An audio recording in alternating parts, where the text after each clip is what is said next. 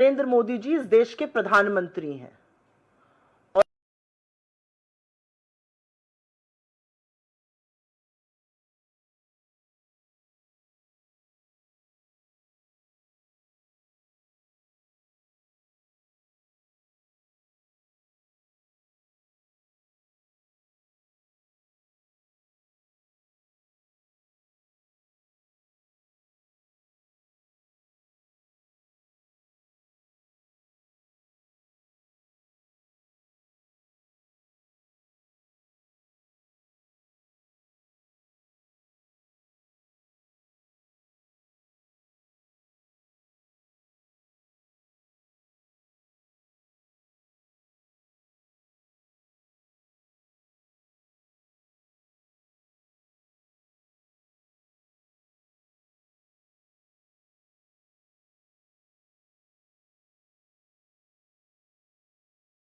इस देश के प्रधानमंत्री रहते हुए 11 साल में उन्होंने अधिकांश वक्त विदेशी दौरों पर, विदेशी देशों से संबंध बढ़ाने पर, अमेरिका जैसे देश जिनका अच्छा संबंध भारत से रहा है उनसे प्रगाढ़ता बनाने पर ही फोकस किया है।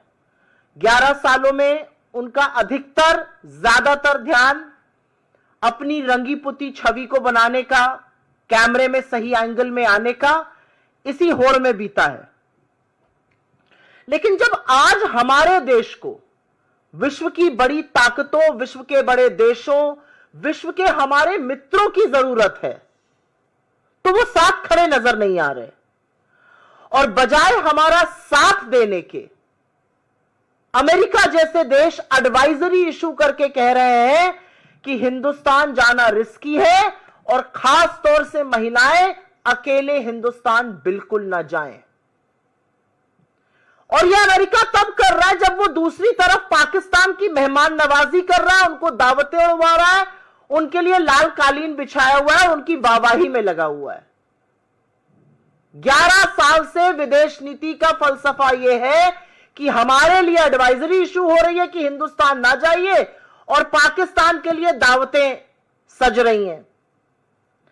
आपकी जानकारी के लिए और आपके माध्यम से लोगों की जानकारी के लिए एक बार ताजा कर देते हैं कि अमेरिका ने भारत की यात्रा पर आने वाले नागरिकों के लिए एक ट्रैवल एडवाइजरी अपडेट करी है। इसको यात्रा चेतावनी कह लीजिए, लेवल 2 की। इसमें कहा गया है कि महिलाएं भारत अकेले यात्रा बिल्कुल ना करें। इसमें यह भी कहा गया है कि अमेरिका के जो सरकारी कर्मचारी हैं वो बिना परमिशन के हिंदुस्तान नहीं आ सकते हैं। इस एडवाइजरी में 2 टूक शब्दों में कहा गया है, बलात्कार अभी भारत में सबसे तेजी से बढ़ने वाला अपराधों में से एक है। यहां सेक्सुअल असॉल्ट समेत हिंसक अपराध टूरिस्ट स्पॉट और दूसरे स्थानों पर होते हैं। हमारी वाहवाही में ये कसीदे अमेरिका ने पढ़े हैं और साथ ही और भी हिंसक चेतावनी दी है कि हिंसा हो सकती है, आपराधिक गतिविधि हो सकती है। 11 साल में आज हम उस मुकाम पर खड़े हैं कि अमेरिका जैसा देश हमारे लिए ट्रैवल एडवाइजरी इशू कर रहा है और पाकिस्तान के लिए, हमारे दुश्मन देश पाकिस्तान के उस नफरती जनरल को दावत दे रहा है। हाउडी मोदी किया, नमस्ते ट्रंप किया, अब की बार ट्रंप सरकार के भी नारे लगा डाले। क्या मिला? क्या मिला ये सब करके? आज सवाल इस बात का, आज सवाल तो उन मूल भक्तों से भी पूछना पड़ेगा जो यज्ञ हवन कर रहे थे कि ट्रंप जी राष्ट्रपति बन जाएं। हमें क्या हासिल हुआ, हमें क्या मिला? हाउडी मोदी, नमस्ते ट्रंप, अब की बार ट्रंप सरकार करके आज सवाल इन बातों का है। अभी मैं सुन रही थी 3 दिन पहले मोदी जी बिहार में हाँक रहे थे कि ट्रंप ने उनको दावत पे बुलाया है, उन्होंने मना कर दिया, नहीं नहीं मुझे तो कहीं और जाना है। शायद उड़ीसा में थे, हाँक रहे थे। अच्छा किया आप नहीं गए। आप जाते तो आपको आसिम मुनीर जो नफरती जनरल है उसके साथ बैठाकर खाना खिलाता ट्रंप, और आप कुछ कह नहीं पाते। आप कह रहे हैं आपका मित्र आपको दावत पे बुला रहा है और आपका मित्र हमारे देश के खिलाफ ट्रैवल एडवाइजरी इशू कर रहे हैं।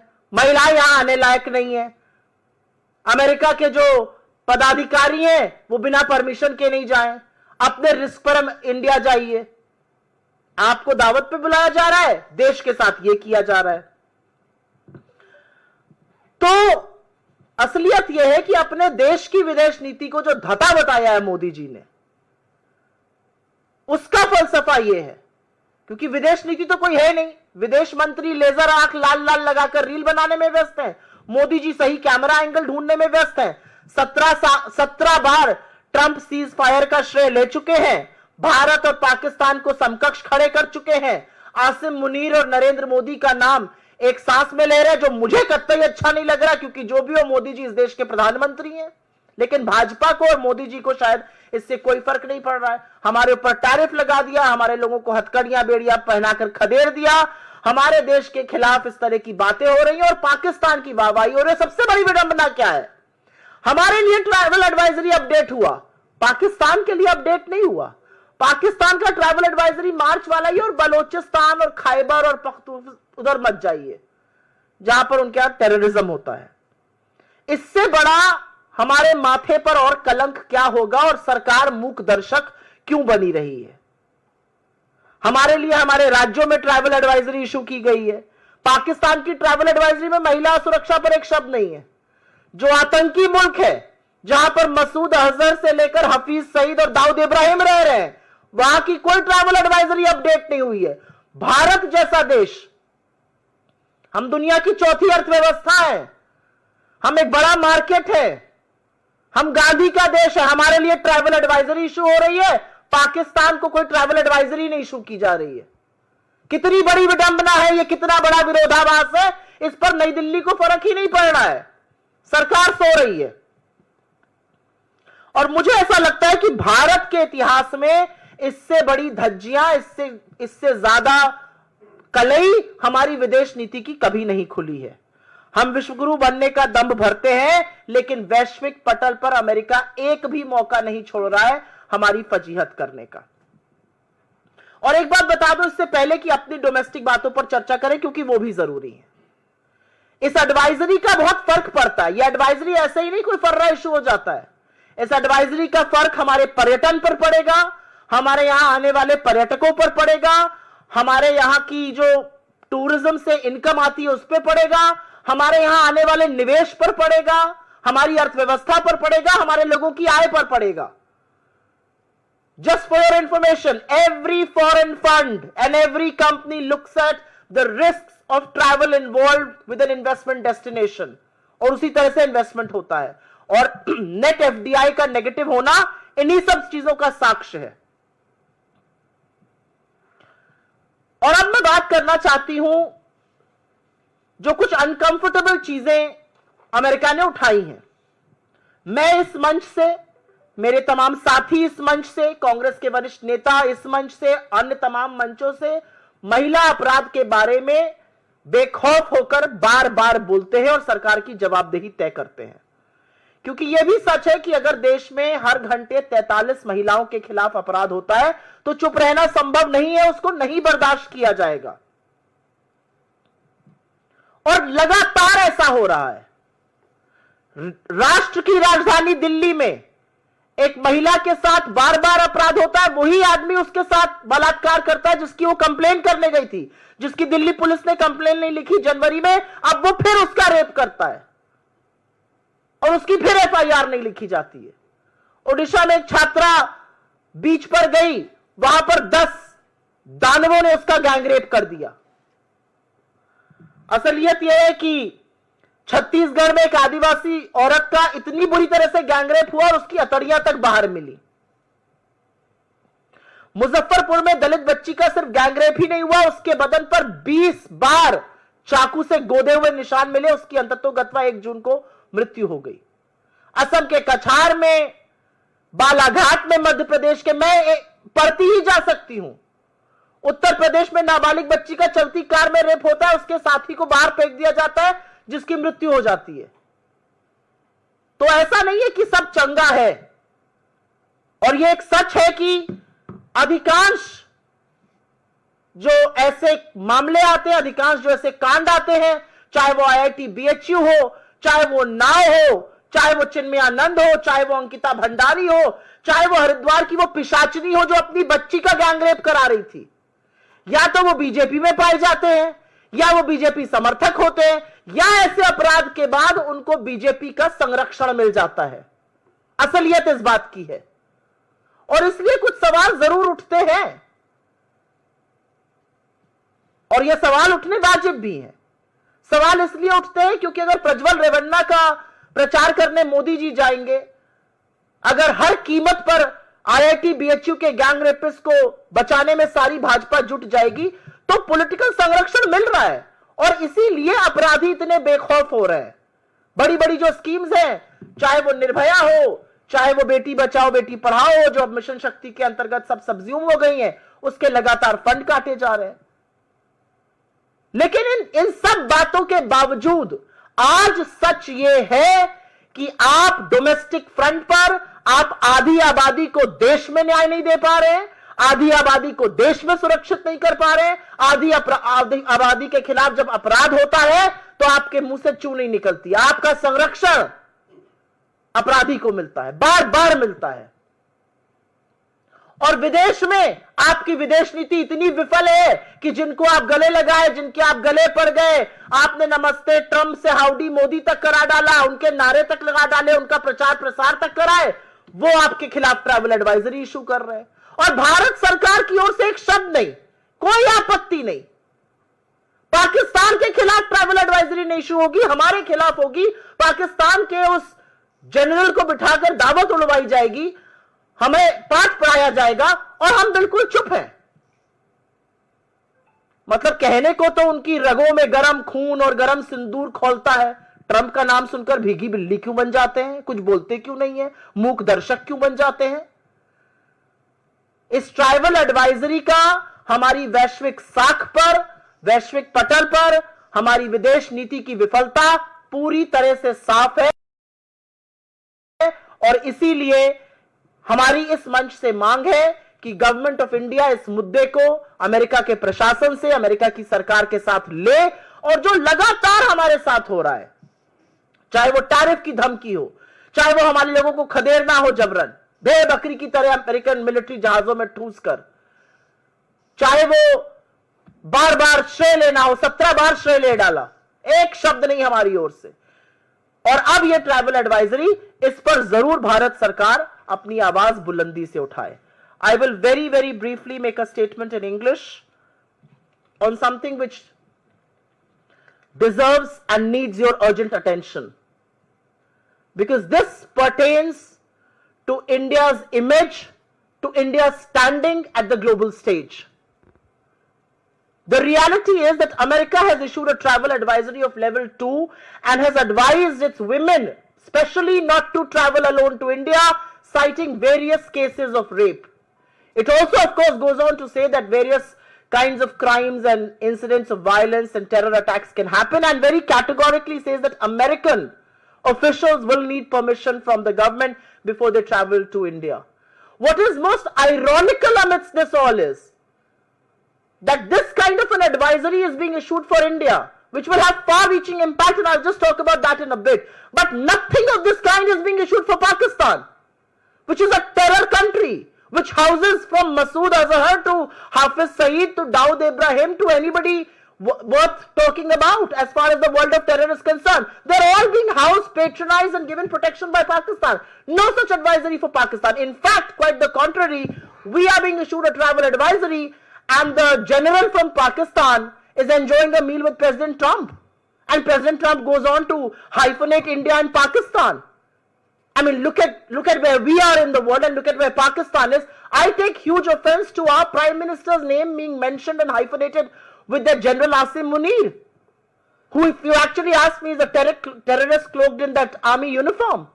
But that's what is happening, and that's what is most ironical.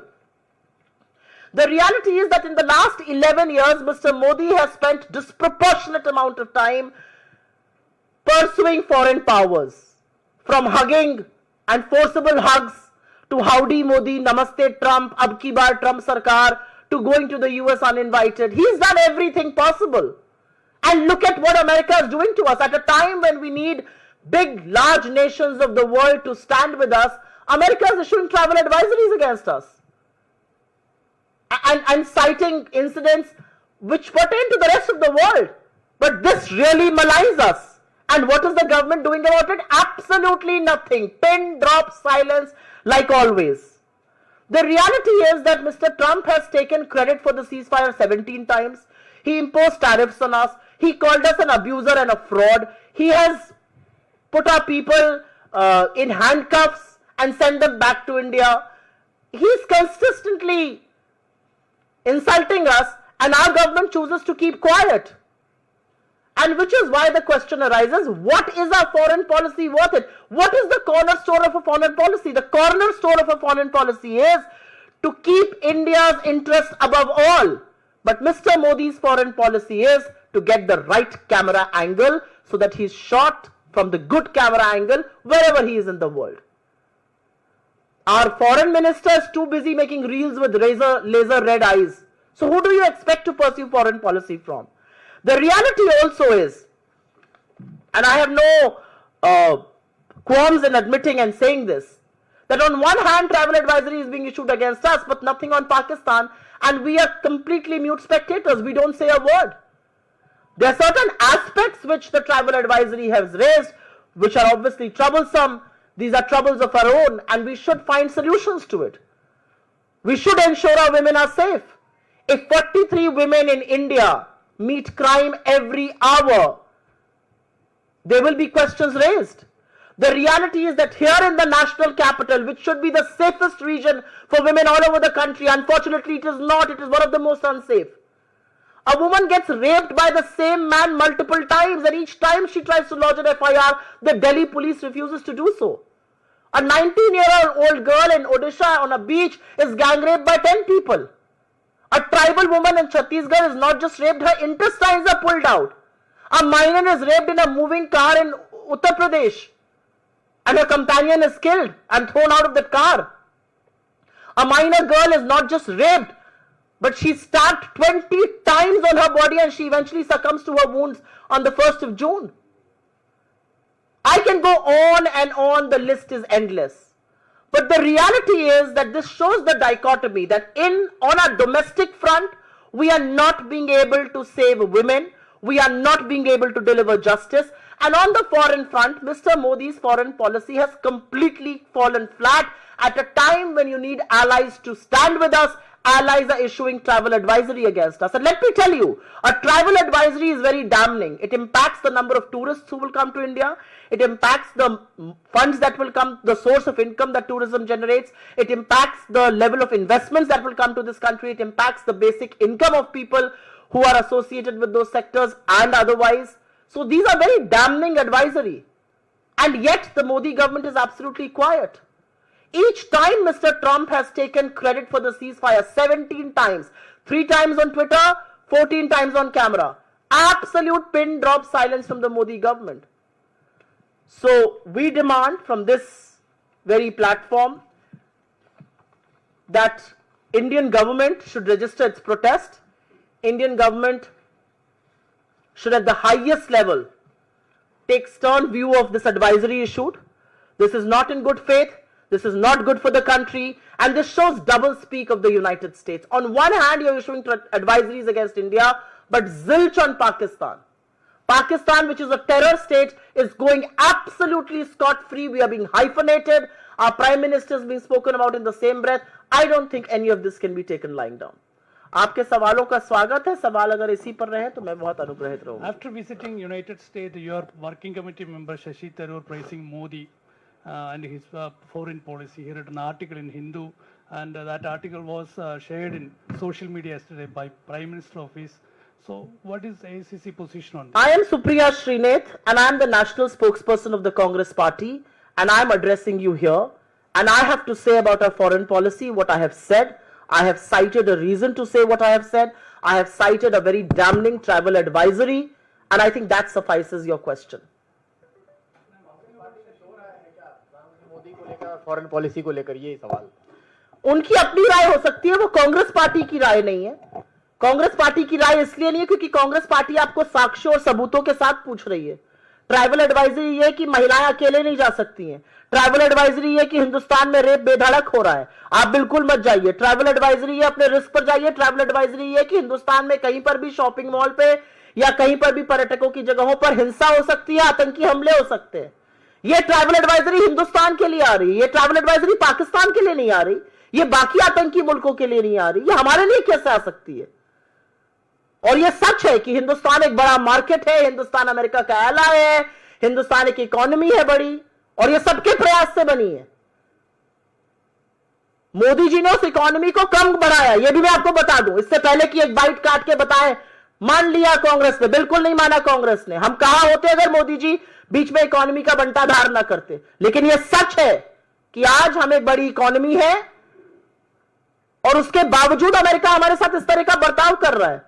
तो कांग्रेस पार्टी का जो ऑफिशियल स्टैंड है, कांग्रेस पार्टी जो इस बात पे मुद्दे पर कहना चाहती है, जो विदेश नीति की विफलता पर बात करना चाहती है, वो आपके सामने है। मैम, आपने ही दो बात रखी। पहले आपने कहा कि वो अमेरिका खुद कह रहा है महिलाओं के लिए सेफ नहीं है भारत। दूसरी तरफ आप खुद ही आंकड़े बता रही हैं कि किस तरीके से देश की राजधानी भी महिलाओं के लिए सुरक्षित नहीं है, ये कैपिटल का हाल है। तो कहीं ना कहीं फिर ये तो अमेरिका की बात जो है वो कहीं ना कहीं ठीक दिखाई देती है, और आप इस बात को कह रही हैं तो नहीं। डोमेस्टिक फ्रंट पर हमारे यहां क्या हो रहा है, यह हमारा मामला है। डोमेस्टिक फ्रंट पर अगर हम महिला अपराध को रोक नहीं पा रहे हैं, यह हमारी विफलता है, और इस पर सवाल उठाना मुझे लगता है विपक्ष का ही नहीं, आपका, हर व्यक्ति का इस देश में काम है।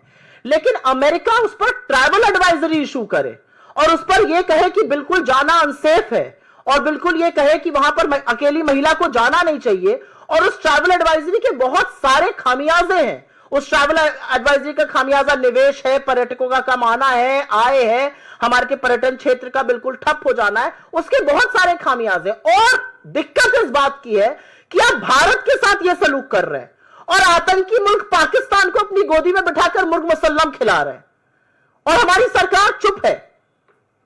मुझे नहीं लगता इसमें कोई विरोधाभास है। मुझे लगता है डोमेस्टिक फ्रंट पर हमें अपनी महिलाओं को सुरक्षित करना है, और फॉरेन फ्रंट पर हमारी साख पर अगर कोई भी देश अनवर और अनर्गल सवाल उठाता है तो उसका जवाब देना है।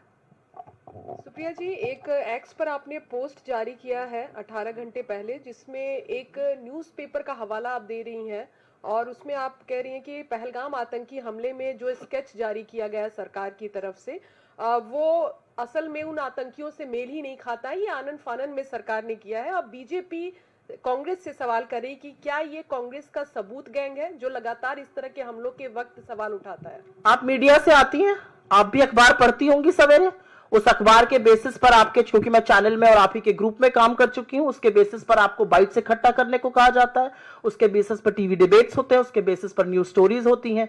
इंडियन एक्सप्रेस की यह खबर है और इसको तमाम न्यूज पोर्टल्स इंक्लूडिंग तमाम न्यूज चैनल्स ने उठाया है, और वहां से हमने वो खबर उठाई है। इस खबर का डिनायल क्यों नहीं आ रहा है सरकार की ओर से? सरकार तो जेएनके पुलिस को ब्लेम कर रही है, जेएनके पुलिस तो सेंटर को रिपोर्ट करती है ना, यूनियन टेरिटरी है।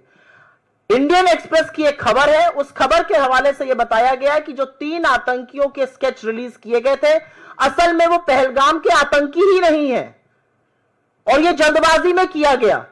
तो मैं जानना चाहती हूं कि अभी तो हम यह सवाल उठा रहे थे कि 2 महीने से ऊपर हो गए और वो आतंकी कहां है ये किसी को पता नहीं, जमीन निगल गई, आसमान खा गया, किसी को नहीं पता है। ये कितनी बड़ी विफलता है कि 2 महीने बाद वो आतंकी कहां चले गए हमें पता ही नहीं है। वो देश में है तो हम पकड़ क्यों नहीं पा रहे, विदेश चले गए तो आपने सीजफायर कैसे कर दिया? असलियत यह है कि अभी सवाल यह था, अब पता चल रहा है नहीं जी, जो स्केच हमने देखा, जो फोटो हमने देखी, वो शायद आतंकी ही नहीं थे, और यह हवाला इंडियन एक्सप्रेस की रिपोर्ट दे रही है। तो सबूत गैंग, हर चीज में गैंग लगाने वाले लोग आज ये बताएं 2 महीने हो गए, ये आतंकी, कोई और आतंकी, कोई और स्केच, हत्यारे कहां हैं? सवाल इस बात का है। Ma'am, there was a meeting yesterday of the Prime Minister Museum and Library headed by the Prime Minister himself, and in the meeting it was decided that they are going to move court because apparently in 2008 Sonia Gandhi moved 51 cartons full of documents related to former Prime Minister Nehru. So what is there to move court about? To bring that back. She's a member of his family, she has every right to make his correspondence or anything private. In any case, I don't know much about this matter. I'm sure my party will come back with an official response, but my first response is that she's a member of his family, she's his great granddaughter. What is wrong with that? And I have actually something to say. I saw some pictures of the Prime Minister standing with multiple people at libraries. 84,000 schools in India have been shut down since 2014, since Mr. Modi has come to power. You can open 20 libraries and get yourself, pictured before all of them. If you continue to shut down schools in this country, you are playing with education, you are playing with the future of our people. It's as simple as that. Ma'am, as AICC spokesperson, why are you not attend this Shashi Tharoor question? I have answered the question in the best possible way that I could. I am the AICC spokesperson. I have been authorized to put out the party stand, which I have. She's asking a question. I've already answered that question. I'm not going to take it multiple times over. Ma'am, yesterday the by-polls results have come out in which Congress party has won one seat in Kerala.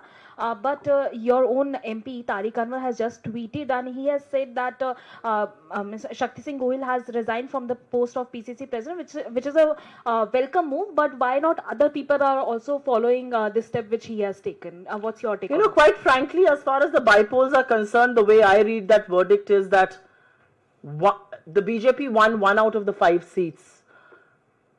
It tells you the anger people in this country have on most issues, including the Pahalgam terror attack. It tells you that people are worried that we have not been able to catch a single terrorist after 2 months of when the terror strike really happened. As far as Shakti ji is concerned, he answered to his own moral conscience and he thought it was his moral calling that he wanted to take ownership. People in the Congress are trained and attuned like that. People in the BJP perhaps are not. The railway accidents continue unabated. The railway minister doesn't resign. There is a huge accident, one of the most unprecedented ones as far as airways is concerned. The aviation minister is busy making reels. Nobody in this government resigns. Nobody in this government takes any moral responsibility, including the Prime Minister. So I don't know, I don't know how misplaced or placed that question is, but if Shakti Singh Gohil ji feels that this is his moral responsibility, he's answered to his own moral call. Questioning that why Congress is silent now. Earlier they used to question a lot about the EVMs, but now when the result has come out in their favor and on other seats like Aam Aadmi Party has also won, then why Congress Party is silent on the result? What do you mean, why are we silent? We look at voting patterns, we look at voting lists, we look at voters missing, we look at polling that happens. The reality is that in the last 2 months, you have seen Election Commission move earth and heaven to keep people out of the election process. You just had an election commission order that has gone to various states, which essentially says that they don't need to keep proof of video and photographs beyond 45 days if it is not challenged. They moved earth and heaven, and in 24